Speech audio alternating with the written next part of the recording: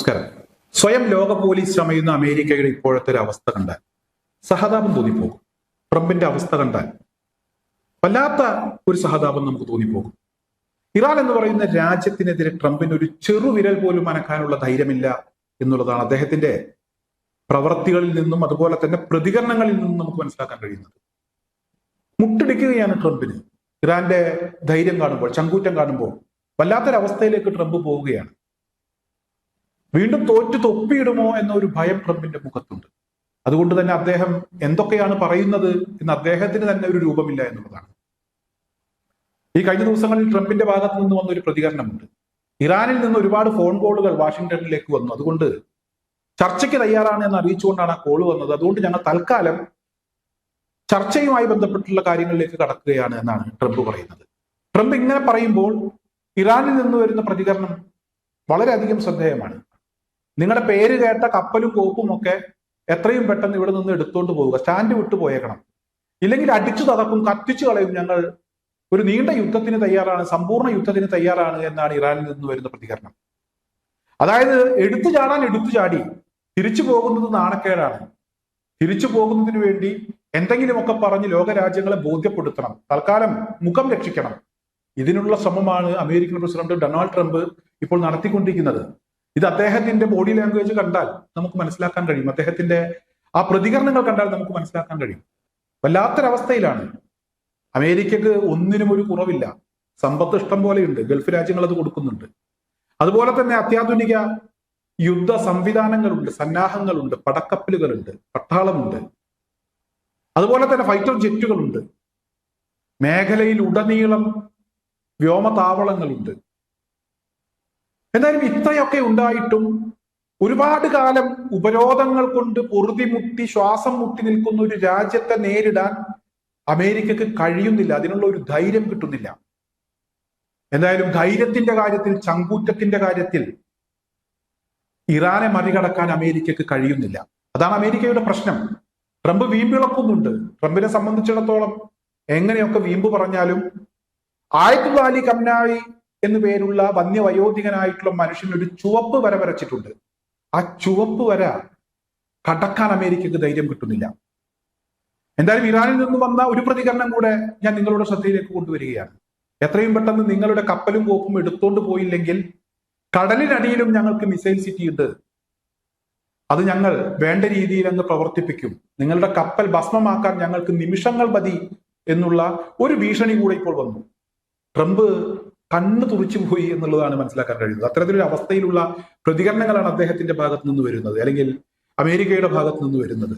അന്താരാഷ്ട്ര മാധ്യമങ്ങളിൽ വരുന്ന വാർത്തകളിൽ നിന്നും ട്രംപിന്റെ ആ പഴയ വീറും വാശിയും ഒന്നും നമുക്കിപ്പോൾ കാണാൻ കഴിയുന്നില്ല. അല്ലെങ്കിൽ അത്തരത്തിലുള്ള വാർത്തകളൊക്കെ ട്രംപിന്റെ നീക്കങ്ങളെ വല്ലാതെ കൊട്ടിഘോഷിക്കാറുണ്ട്. നമ്മുടെ മാധ്യമങ്ങളും ഒട്ടും പുറകിലല്ല. നമ്മുടെ മാധ്യമങ്ങളും അമേരിക്ക ഇറാനെ വിഴുങ്ങിക്കഴിഞ്ഞു എന്നൊക്കെയുള്ള വാർത്തകളാണ് കൊടുത്തിരുന്നത്. എന്തായാലും ഇപ്പോൾ ഒരല്പം കുറവ് വന്നിട്ടുണ്ട്. ഇറാൻ മോശമല്ല, ഇറാന്റെ ശക്തിയിൽ അമേരിക്കക്ക് പേടിയുണ്ട് എന്ന വാർത്തകൾ കൊടുക്കാൻ ചില മാധ്യമങ്ങളെങ്കിലും തയ്യാറായിട്ടുണ്ട്. യഥാർത്ഥത്തിൽ അത് തന്നെയാണ് സത്യം.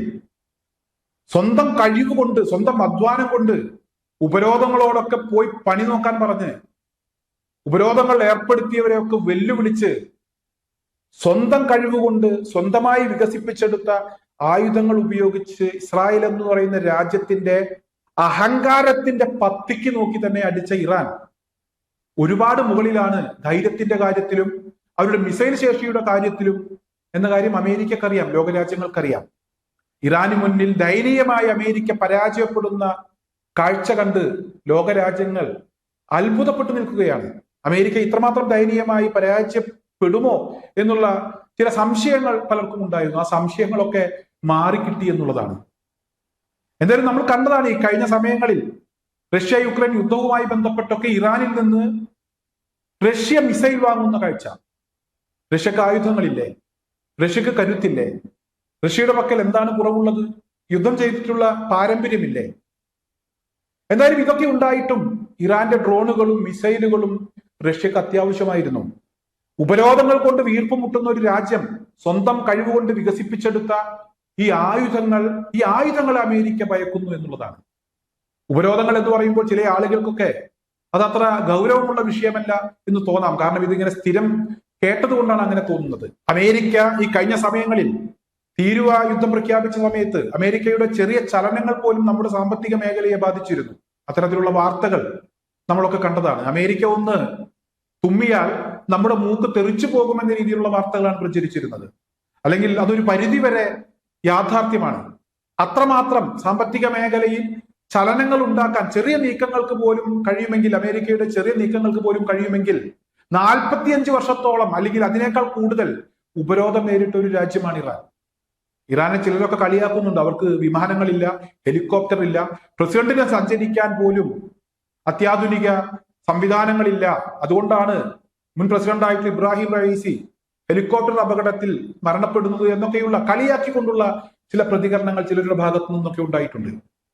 അവർക്ക് ഉപരോധങ്ങൾ കാരണം പലപ്പോഴും അവർക്ക് പല സാധനങ്ങളും പല പാർട്സുകളും കിട്ടാത്ത സാഹചര്യമുണ്ട്. സാമ്പത്തികമായിട്ടുള്ള ഉപരോധങ്ങളുണ്ട്. ഒരു സാധനവും അവർക്ക് പുറത്തേക്ക് കൊടുക്കാൻ കഴിയാത്ത സാഹചര്യമുണ്ട്. ഇത്രമാത്രമൊക്കെ ബുദ്ധിമുട്ടുകൾ അവർ അനുഭവിക്കുമ്പോഴും സ്വന്തം രാജ്യത്തെ പൗരന്മാരുടെ സുരക്ഷ അവർക്ക് പ്രധാനപ്പെട്ടതായിരുന്നു. രാജ്യസ്നേഹം അവർക്ക് വളരെ പ്രധാനപ്പെട്ടതാണ്. ആ രാജ്യസ്നേഹത്തിൽ തൊട്ട് കളിച്ചാൽ അവർ ക്ഷമിക്കില്ല.